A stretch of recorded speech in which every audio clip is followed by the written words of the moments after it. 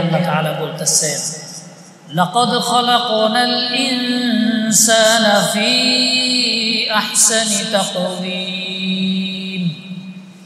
আমি মানুষকে সর্বোৎকৃষ্ট সর্বশ্রেষ্ঠ অবয়ব দিয়ে সবচেয়ে সুন্দর গঠন দিয়ে সৃষ্টি করেছি। সুবহানাল্লাহ। এই কথাটা আগেই বলতে পারতেন না? বলেন নাই।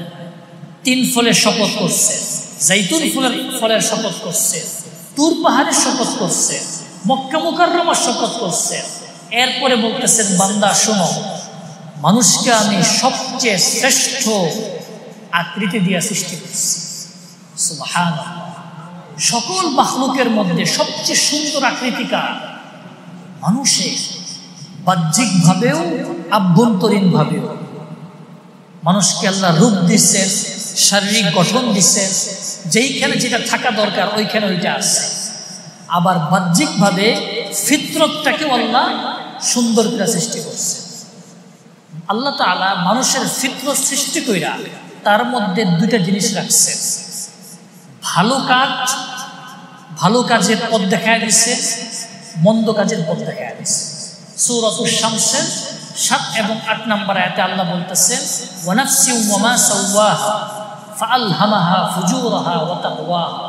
আত্মার শপথ, মানব আত্মার শপথ করে আমি বলতেছি, এবং ওই সত্তার শপথ যিনি মানব আত্মাকে সুন্দরভাবে সুগঠিত করেছেন, তিনি আত্মার মাঝে ভালো কাজের দিক নির্দেশনা এবং মন্দ কাজের দিক নির্দেশনা 2টাই রেখে দিচ্ছে।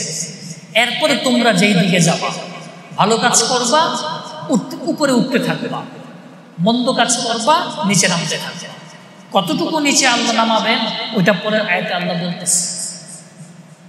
একজন সুফি ছিলেন, আধ্যাত্মিক ব্যক্তি, সুফি ইবনুল আরবি। তিনি বলছেন সৃষ্টজীবের মধ্যে মানুষ সবচেয়ে সুন্দর। কেন জানেন? আল্লাহ তাআলা নিজের কিছু সিফাত মানুষের মধ্যে দান করছে। সুবহানাল্লাহ। যেমন আল্লাহ তাআলা প্রজ্ঞাবান, আল্লাহ তাআলার অনেক প্রজ্ঞা না? কিছু কিছু মানুষকে দেখবেন অনেক প্রজ্ঞাবান, অনেক বুদ্ধি, এরকম মানুষ আছে না সমাজে? সেইটা পাইছে কোত্থেকে? আল্লাহ তাআলার হিকমত প্রজ্ঞা থেকে সে কিছুটা পাইছে, আল্লাহ তাআলা কিছুটা দিচ্ছে। কিছু মানুষকে দেখবেন অনেক সুন্দর না? দেখেন না সমাজে? এই সৌন্দর্য পাইছে কোত্থেকে? আল্লাহর সৌন্দর্য থেকে একটু ছিটাটাকে মেরে দিচ্ছে। কিছু মানুষকে দেখবেন শক্তিশালী, আল্লাহর শক্তি থেকে একটু তার ভিতরে দিয়ে দিচ্ছে। কিন্তু বাদশাহ আছে না, খুব শক্তিশালী, দাপট, এটা কোত্থেকে পাইছে? আল্লাহ তাআলার দাপটেও সিফাত থেকে ওরা একটু দিয়ে দিচ্ছে। কিছু মানুষ বক্তা, খুব সুন্দর করে কথা বলে, মানুষ মুগ্ধ হয়ে যায়, এটা সে কোত্থেকে পাইছে? আল্লাহ দিচ্ছে নিজস্ব সিফাত থেকে। তো মানুষের ভিতরে আল্লাহ অনেক সিফাতের সংমিশ্রণ ঘটাইছে, অনেকগুলা সিফাত আল্লাহ তাআলা কিছু দিয়া দেখাইছে।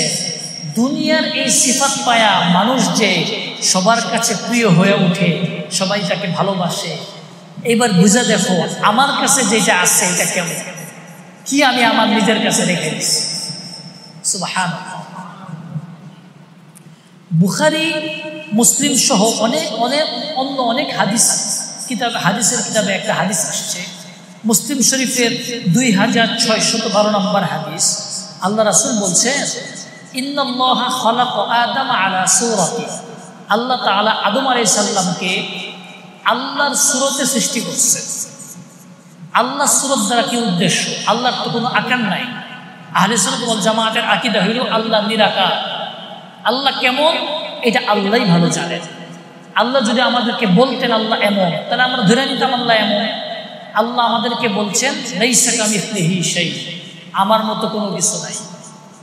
বাস আমরা ধরে নিব আল্লাহর আকার নাই। আমাদের আকার আছে, আমাদের দৈর্ঘ্য আছে, প্রস্থ আছে, না? আল্লাহর এগুলা নাই। আল্লাহ সব কিছু থেকে পবিত্র। এইটা আমরা কিয়ামতের দিন দেখবো আল্লাহ কেমন। তো আল্লাহ যেহেতু আকার নাই, তাহলে আল্লাহ কিভাবে আদম আলাইহিস সালামকে ওনার নিজের আকৃতিতে সৃষ্টি করছেন? এই হাদিসের ব্যাখ্যা হলো আল্লাহ নিজের কিছু সিফাত তার মধ্যে দিয়ে দিয়েছেন। সুবহানাল্লাহ। আর আদমের সন্তান হিসাবে ওই সিফাতগুলো আমরাও পাইছি। এই হচ্ছে আল্লাহ আদমকে, বনু আদমকে আল্লাহর মতো করে সৃষ্টি করছেন।